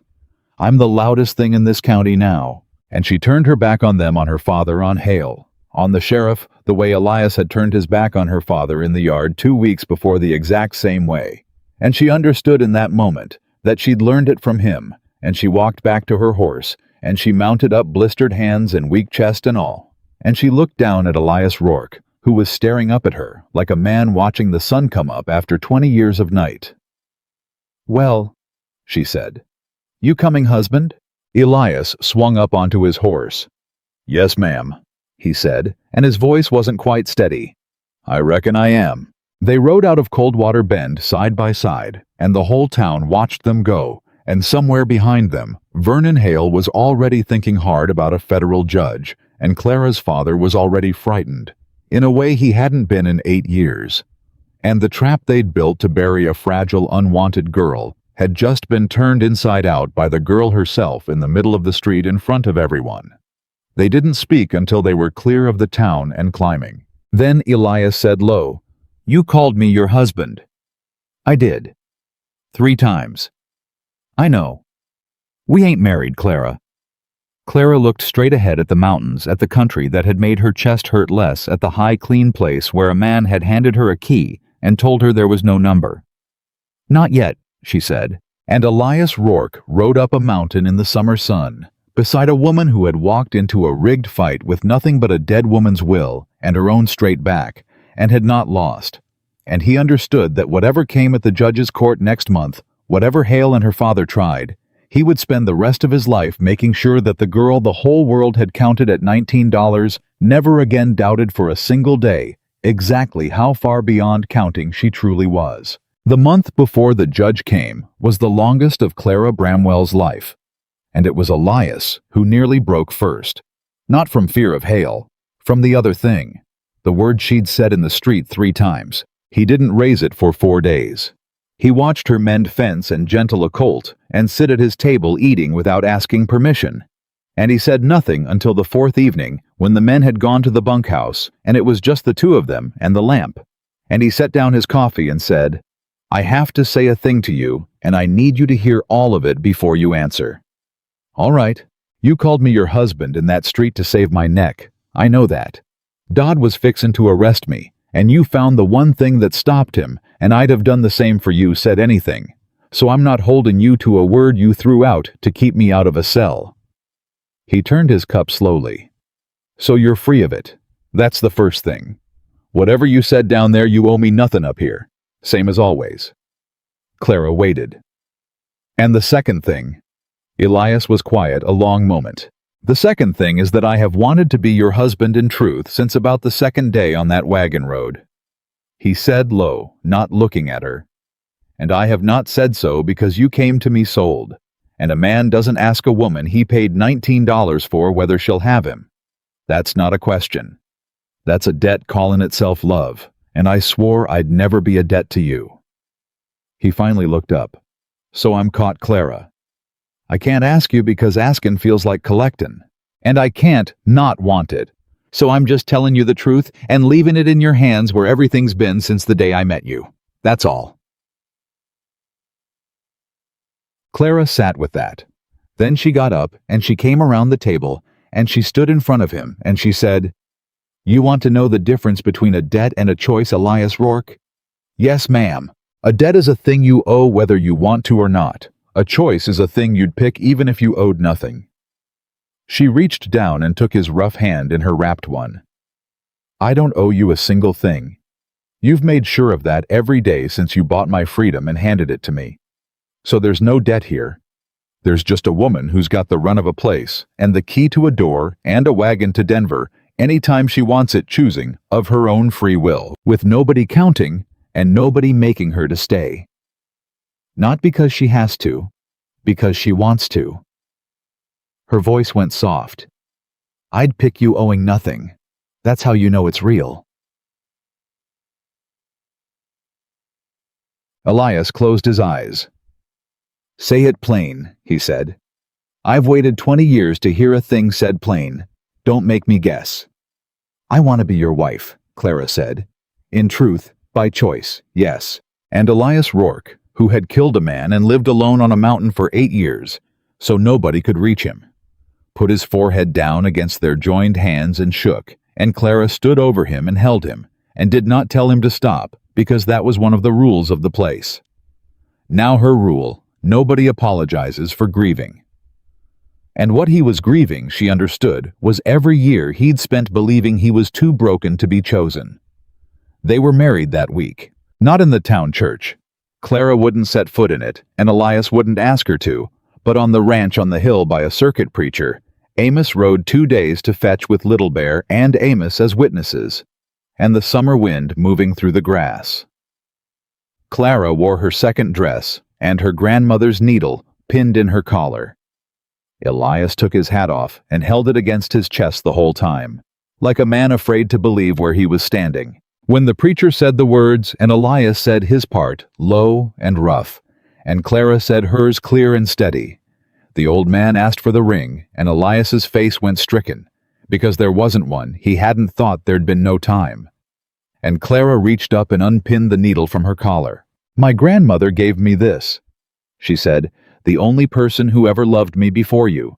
She told me not to let them do the counting. It's the most precious thing I own." She pressed it into Elias's palm. "I don't need a ring. I need you to keep this, so that whatever comes at that judge's court, whatever they try to take you, hold the one thing they can never touch. That's my vow. Not gold. That." Elias closed his hand around the needle. "I'll keep it till I die," he said, "and past that if I'm able." They had 11 days of it. 11 days of married life on the mountain before the judge came, and Clara would think of those 11 days for the rest of her life as the first days she was ever truly fully alive, not surviving, not enduring, not bracing for the blow, but living with a man who stood up every single time she entered a room and never once stopped. And then the 11 days ran out, and it was time to go down and fight for it. They rode into Coldwater Bend the morning of the judge's court, and the town was packed. Word had spread the way. Clara had made sure it would, and folks had come in from every farm and holding in the county to see the unwanted Bramwell girl stand up to Vernon Hale in front of a federal judge. The little courthouse couldn't hold them. They stood in the aisles and out the door and in the street. Judge Harlan Wexford was a lean, gray, unhurried man with cold, clear eyes and a way of looking at people that made liars sweat. And Clara understood the moment she saw him why Hale was afraid of him. He belonged to no one. He owed no one. He'd ridden the circuit 30 years and buried more powerful men's schemes than most folks would ever hear of. Her father was there, and her mother and Beth, all dressed in their Sunday best, all arranged to look like a wronged and grieving family. Vernon Hale sat easy in a good coat, with a Denver lawyer beside him. He'd sent for one, a slick, expensive man named Pruitt, and Sheriff Dodd stood along the wall, trying to look like the law, and looking instead like a man deciding which way to jump. Clara had no lawyer. She had a Willa glove, a ledger she'd made Pettigrew swear a copy of, and her own straight back. Elias leaned close before it started. You want me to speak for you? A husband can. No, Clara said. They spent 22 years talking over me. Not today. Today, I do the counting. The judge called it to order, and Vernon Hale's lawyer Pruitt rose first and was smooth as glass. He spoke of a fragile young woman, sickly since childhood, prone to hysteria, who'd run off with a man of violent reputation. Here he gestured at Elias and let the word killer hang unsaid. But Heard, and who now poisoned by that man's influence, was leveling wild accusations against her loving family and a pillar of the community. He spoke of the will as a confused document contested unclear. He produced the transfer paper that put the land in her father's name, signed and sealed, and looking to any eye entirely legal. Your Honor. Pruitt finished. This is a family tragedy, not a fraud. A poor girl unwell misled. We ask only that she be returned to her family's care, and this matter closed with the Christian mercy it deserves. It was good. It was very good.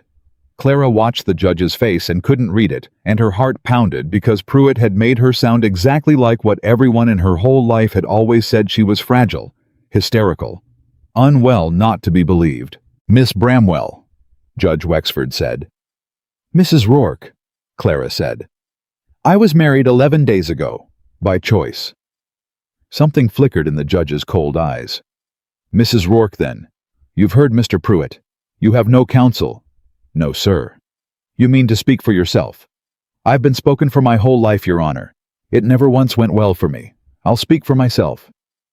The judge leaned back. Then speak. And Clara stood up. She didn't raise her voice. She'd learned that from Elias.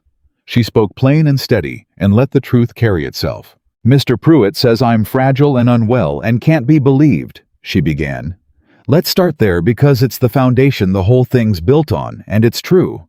I had the fever at 11. It left me weak. My family never let me forget it.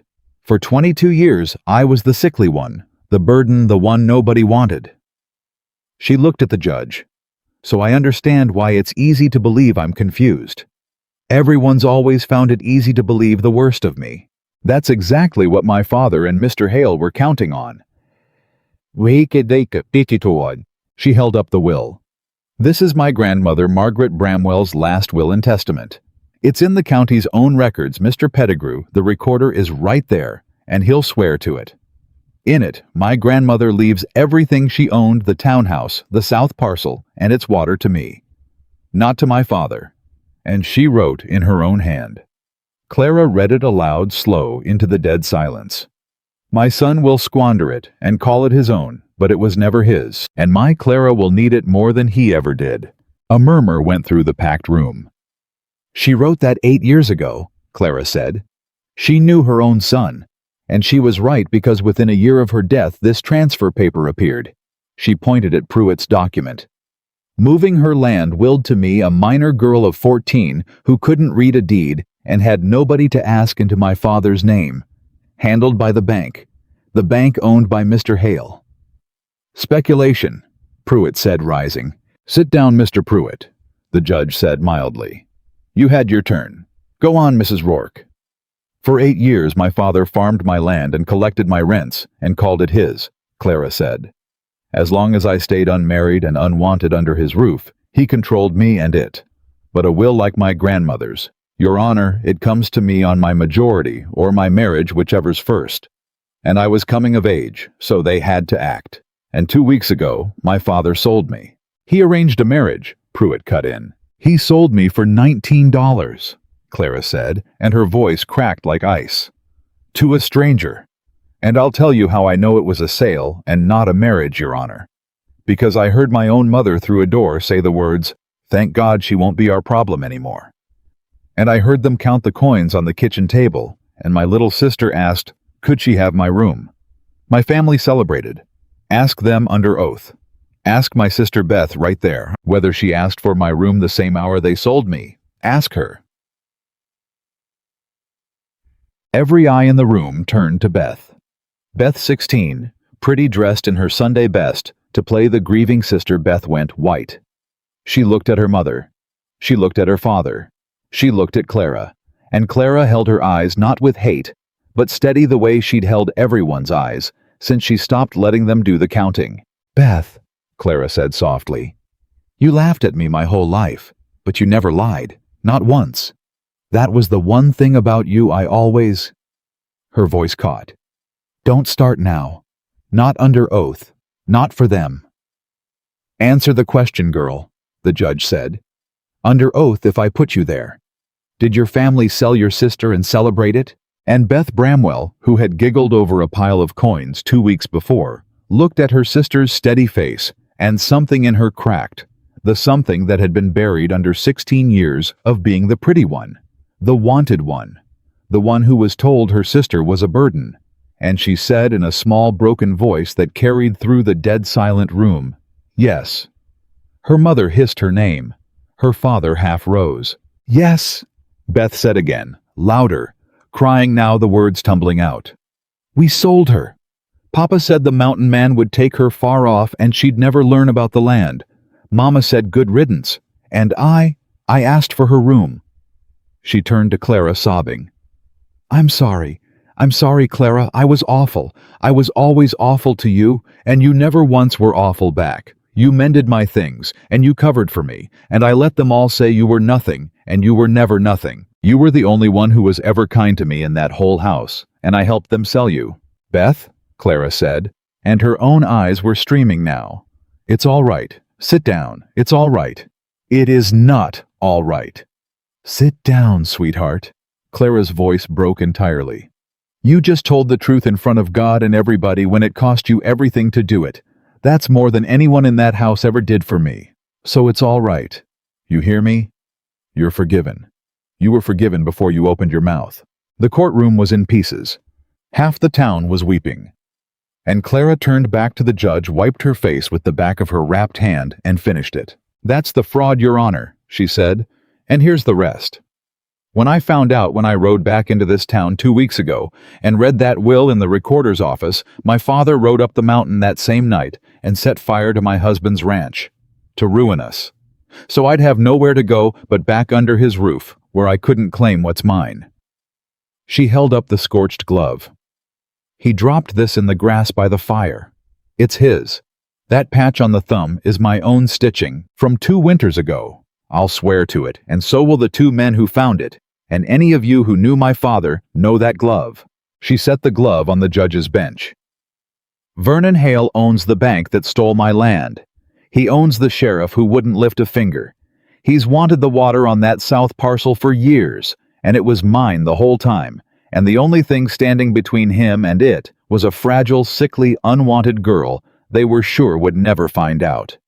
Clara stood as tall as her weak chest would let her. "Well, she found out, and she's not fragile enough to bury after all." The room was silent. Judge Harlan Wexford sat with the glove in one hand and the will in the other, and his cold eyes moved slowly from Clara to her weeping sister, to her ashen father, to Vernon Hale, who had stopped smiling somewhere in the last 5 minutes and had not started again. "Mr. Pettigrew," the judge said. "The recorder, stand up." Pettigrew stood shaking. "Is this will genuine, and is it in your records, as this woman says?" "Yes, Your Honor," Pettigrew whispered. "And the transfer of the land into the father's name, did you witness the circumstances of it?" Pettigrew's eyes darted to Hale. "Look at me, sir," the judge said sharply. "Not at the banker. You look at that man again before you answer, and I'll hold you as party to the fraud. Now, the transfer. Was it lawful?" Pettigrew broke. "No, Your Honor. No. The girl was 14. There was no guardian's petition, no court order, nothing. The bank drew the papers and I was told to file them and I filed them. God forgive me, I've filed them and looked away for 8 years. I've got a family. Mr. Hale holds my note." "Sit down," Wexford said, not unkindly. "You'll tell the rest to me privately, and it'll go easier for you than for the men who made you do it." He set down the glove and the will, and Judge Harlan Wexford looked out over the packed, weeping, silent courtroom, and he delivered it plain. "I find the will of Margaret Bramwell genuine and valid on its face," he said. "I find the transfer of her estate to her son fraudulent, void, and unlawful from the day it was filed. The townhouse, the south parcel, and all rents and profits taken from them these 8 years are the lawful property of Clara Rourke née Bramwell, and shall be restored to her with an accounting of every dollar taken to be repaid. He let it land. As to the fire, I find sufficient cause to hold Josiah Bramwell for arson, and I'll be looking hard, very hard at the affairs of Mr. Vernon Hale's bank, his acquisition of that recorder's silence, and the conduct of a county sheriff who saw a will and a glove and did nothing. Mr. Hale, Sheriff Dodd, you'll neither of you leave this county without my leave. Am I understood? Vernon Hale's face had gone the color of ash. You can't, Pruitt started. I'm a federal judge, sir, and I can do a great deal, Wexford said. And what I cannot do this afternoon I will do next month with a marshal at my side. Now sit down before I hold you to. Pruitt sat down. Clara's father was on his feet, wild now, the mask gone entirely. That land is mine. I worked it, I fed her for 22 years, that sickly, useless Josiah Bramwell, the judge said, and his voice cut the room like a blade. You sold your own daughter for $19, and by the account of your own younger child, you celebrated it.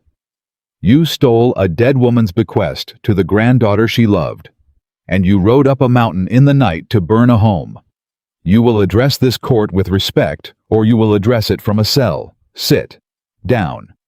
And Josiah Bramwell sat down. And it was over. Clara stood in the middle of the courtroom, and the whole town that had watched her get shoved into the mud. The town that had counted her at nothing, her entire life, sat in silence and looked at her, and one by one, starting with an old woman near the back. Then another, then a farmer, then a dozen. They rose to their feet. Not for Hale, not for her father, for her. The unwanted Bramwell girl, standing there with a dead grandmother's needle no longer pinned to her collar, because she'd given it to her husband, and a will in her hand, and her land restored, and her name her own. Elias came to her side, then only then when it was won, when she'd needed no one to win it, and he didn't say a word. He just took off his hat, and he held it against his chest, and he looked at her the way he'd looked at her on the last stair the first night, and Clara turned into him and pressed her face against his shoulder. And for the first time in her whole life, she let herself be held in front of the entire world, unashamed, uncounted, unafraid. You did it, Elias murmured into her hair. You did the whole of it. I didn't say a word. We did it, Clara said. You taught me I owed nobody anything. Turned out that was the only weapon I ever needed. Beth pushed through the crowd, still crying, and threw her arms around her sister, and Clara held her too.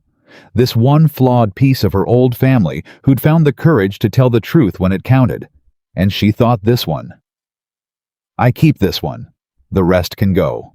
Over Beth's shoulder, Clara watched Vernon Hale rise from his seat, gray and beaten, and gather his slick lawyer and walk out of the courthouse into a future full of marshals and reckoning. And she watched her father be led aside by the judge's man, and her mother follow, stone-faced and silent, offering not one word to the daughter she'd sold, and Clara felt no triumph in it exactly. Just a great and quiet settling. A ledger finally balanced. Account at long last come out right. She'd come down this mountain, a purchased girl. She was going back up at a woman who owned the very water half the county coveted, married by her own free choice to a man who stood up every time she entered a room with a sister restored and a name cleared and a grandmother's faith proven true in a federal court in front of everyone who'd ever looked away. Take me home, Clara said to her husband. Home, Elias repeated, like the word still amazed him. Home, Clara said. Up the mountain, where there's always plenty and nobody does the counting, and the door's got a lock I've never once needed to turn. And Elias Rourke put his hat back on and offered his wife his arm, and together they walked out of the courthouse and through a town rising to its feet, and rode up the mountain toward the ranch and the summer grass, and the whole long life still waiting to be lived, a life that no one ever again would have the power to sell out from under her. They rode up the mountain in silence for a long while, and it was Clara who broke it, because there was a thing sitting in her chest that the courtroom hadn't settled. I keep waiting to feel it, she said. Feel what? Happy, free, Whatever a person's supposed to feel when they win. She looked out at the summer country climbing past them. I won everything back there, Elias. The land, the water, my name. My father's going to a cell. Hale's ruined. And I keep waiting to feel like I imagined I'd feel. And instead I just feel hollow. Like I filled a hole that was so big, I can't tell yet whether it's really full. She shook her head. What's wrong with me? Elias considered that a long time the way he considered everything. Nothing's wrong with you, he said finally. You spent 22 years being told the sum of you was nothing. You don't undo that with one afternoon in a courtroom, even a good one. A person carries a lie that long winnin' don't feel like winnin'. It feels like the ground movin', and you don't trust ground that moves. He glanced at her. It took me 20 years to learn the man I killed didn't take my soul when I took his life. You'll learn faster than I did, but you won't learn it today. You'll learn it slow up here, one plenty-filled supper at a time. That's the only way anybody learns it. Clara reached over and took his hand, and they rode the rest of the way like that, and by the time the ranch came into view over the last rise, the house, the barns, the corrals, the cattle dark on the green, all of it whole, all of it saved, she found the hollow had just started to warm. The first weeks home were quiet, and the quiet was its own kind of test. Beth came up the mountain to live with them. There'd been nothing left for her below, with their father held for trial, and their mother turned bitter and cold. And Clara had ridden down and gotten her without being asked, and brought her home. Because that was the kind of woman Clara had decided to be. One who kept the peace of her old family, that had chosen truth, and let the rest go without hate. Beth arrived ashamed and small, expecting to be made to pay, expecting a ledger. You'll draw wages same as the men, Clara told her the first night. You'll have your own room with a lock, and you keep the key. There's always plenty here. Nobody counts what you eat. Beth stared at her. After what I did to you. There's no number, Beth. Clara said it the way Elias had said it to her on a floor by a stove weeks ago. I know you don't believe me yet. I'll say it every day till it takes. And Beth, who had been the pretty one, the wanted one, the one who'd never in her life been called a burden. Beth put her face in her hands and wept, because she was learning, as her sister had learned before her, that the cruelest house isn't always the one that starves you. Sometimes it's the one that feeds you well, while it teaches you your worth is only your usefulness. She'd been fed. She'd never been free. And now she was. The trial came and went that autumn. Josiah Bramwell was convicted of arson and land fraud and sent to prison. Vernon Hale, who had money enough to hire the best and run the longest, dragged it out through Pruitt and appeals and quiet threats. But Judge Wexford was federal and patient, and had 30 years' practice burying men like Hale. And in the end, the bank was seized, the fraud laid bare, the recorder, Pettigrew turned state's witness in exchange for mercy. And Vernon Hale lost the thing he'd spent his whole life believing would protect him, the certainty that his money made him untouchable. He left the county a poor man. The water he'd coveted for 3 years belonged, and would always belong, to the fragile, unwanted girl he'd been so sure he could bury. Clara did not go to watch either of them fall. She'd said what she needed to say in that courtroom. She had a ranch to run, and run it she did. That was the thing that surprised the county in the tellings that spread that year and the next. Not that the Bramwell girl had won her land back, but what she did with it once she had it. She didn't sell the south parcel and its coveted water, though offers came good ones. She didn't lease it out and live soft on the rents. She worked it. She and Elias joined her grandmother's parcel to his ranch and made of the two something bigger and better than either had been alone. And the water that Hale had been willing to burn and steal and destroy a family for Clara, used it to grow and to hire and to build. She hired hands who had nowhere else. A crippled veteran nobody else would take. A widow with 3 children the town had shunned. A young man just out of the prison her father had gone into, who everyone said would never come to good. Clara gave him a bunk and a wage and a chance, and he came to good. "You're building something up here," Elias said one evening, watching her go over the accounts by lamplight, her handwriting careful and sure where a year ago she'd have been afraid to hold the pen. You know that half this county's got somewhere to land now that didn't before. All of it standing on the water they tried to bury you to keep. I know exactly what I'm building, Clara said, not looking up from the ledger. I'm building the house I never had. Big enough for everybody they threw away. She set down the pen and looked at him. Do you know what my grandmother's mistake was, Elias? Her only one. She loved me, and she left me everything. And she was right about my father down to the letter. But she wrote, my Clara will need it. Need. Like the best she could hope for me was that I'd have enough to get by on.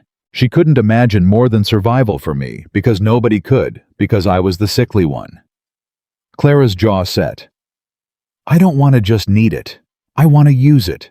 I want to take the thing they were so sure a weak girl couldn't handle, and I want to make it feed half a county, so that every single person who ever looked away while my father shoved me in the mud has to drive past land I own, and men I employ, and a life I built and know exactly how wrong they were about what I was worth. Elias looked at her a long moment. That's not survival, he said quietly. That's not even winning. That's something else.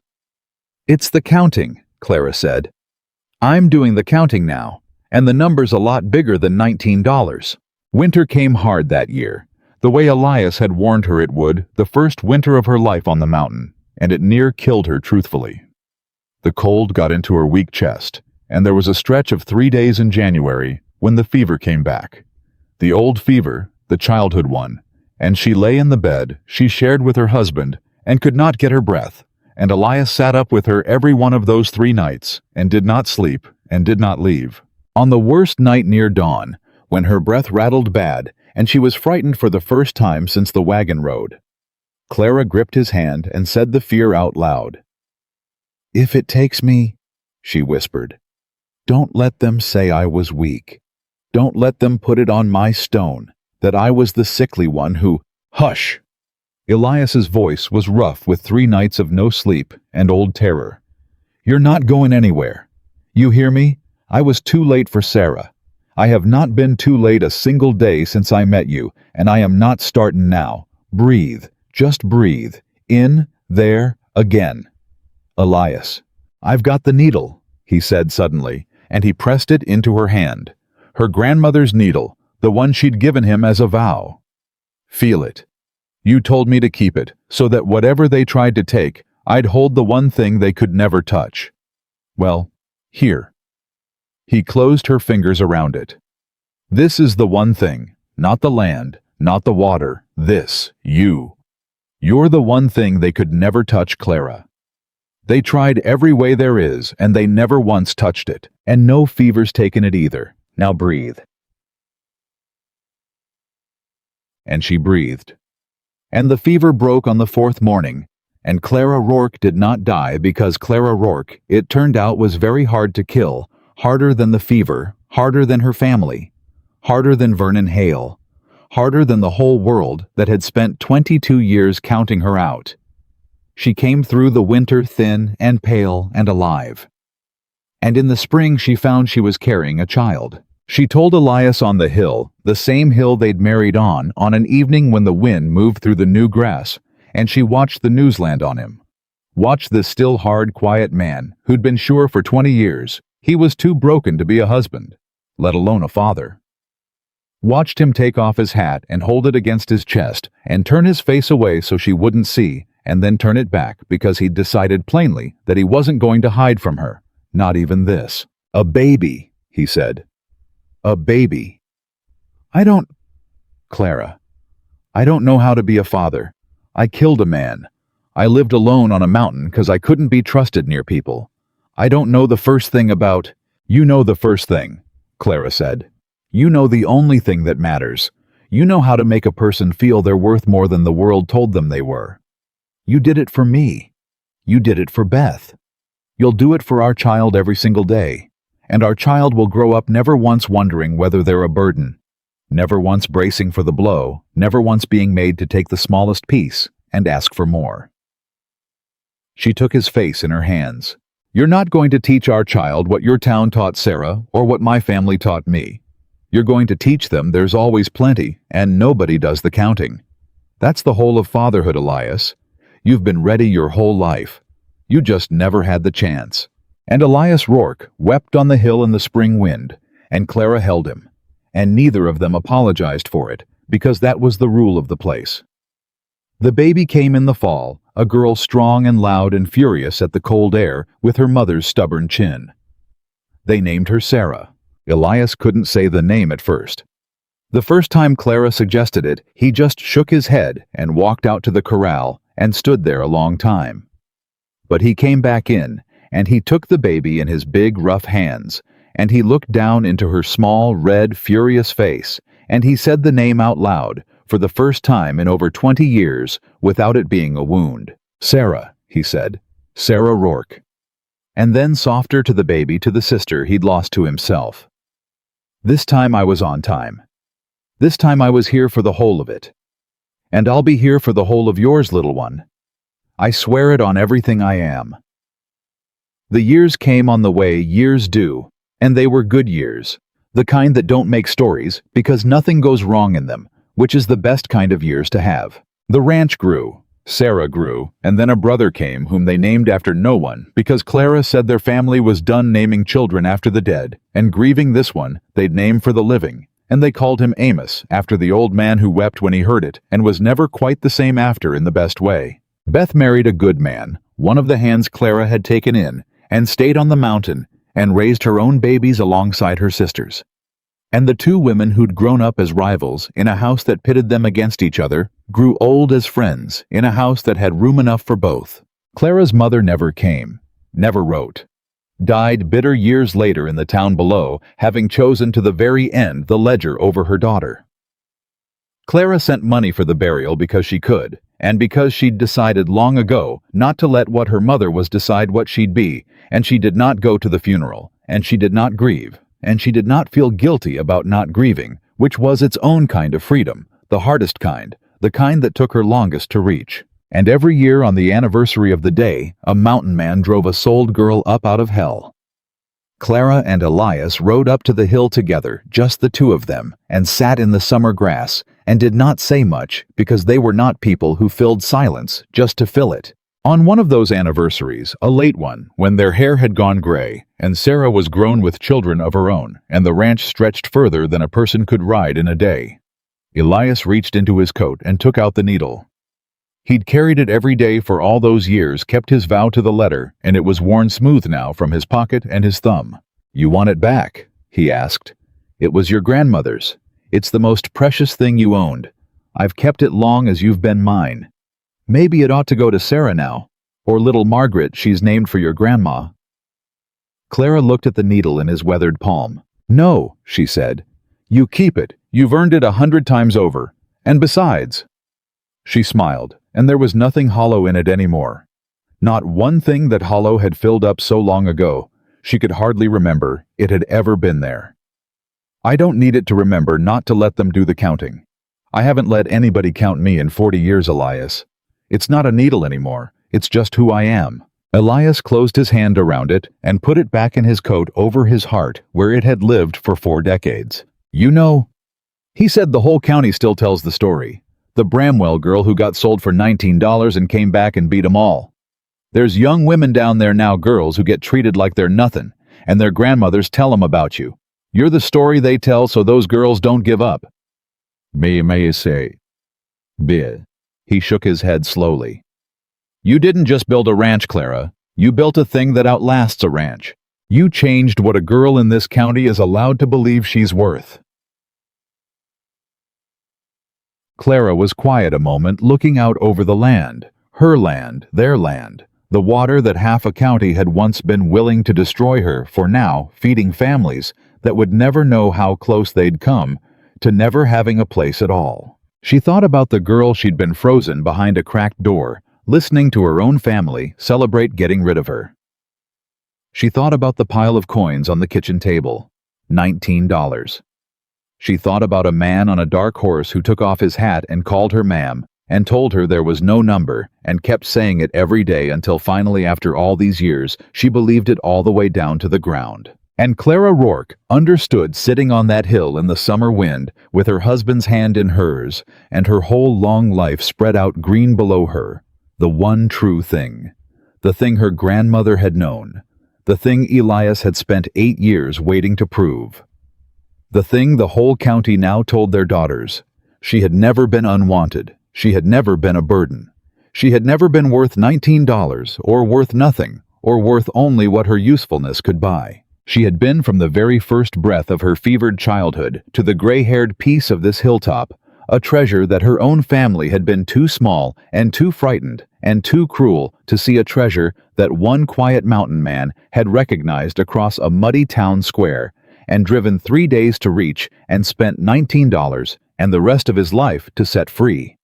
They had thrown away their unwanted daughter, and she had become the one thing they could never buy back, never sell again, and never for all the days of her long and well-loved life be counted out of. Clara Rourke was not rescued. She was not saved. She was seen fully, truly, and forever, and in being seen, she became exactly what she had always been. And no one but a mountain man had ever had the eyes to know the greatest treasure that hard country ever held, worth more than all its water and all its gold, and finally, at long last, worth it, in her own eyes most of all.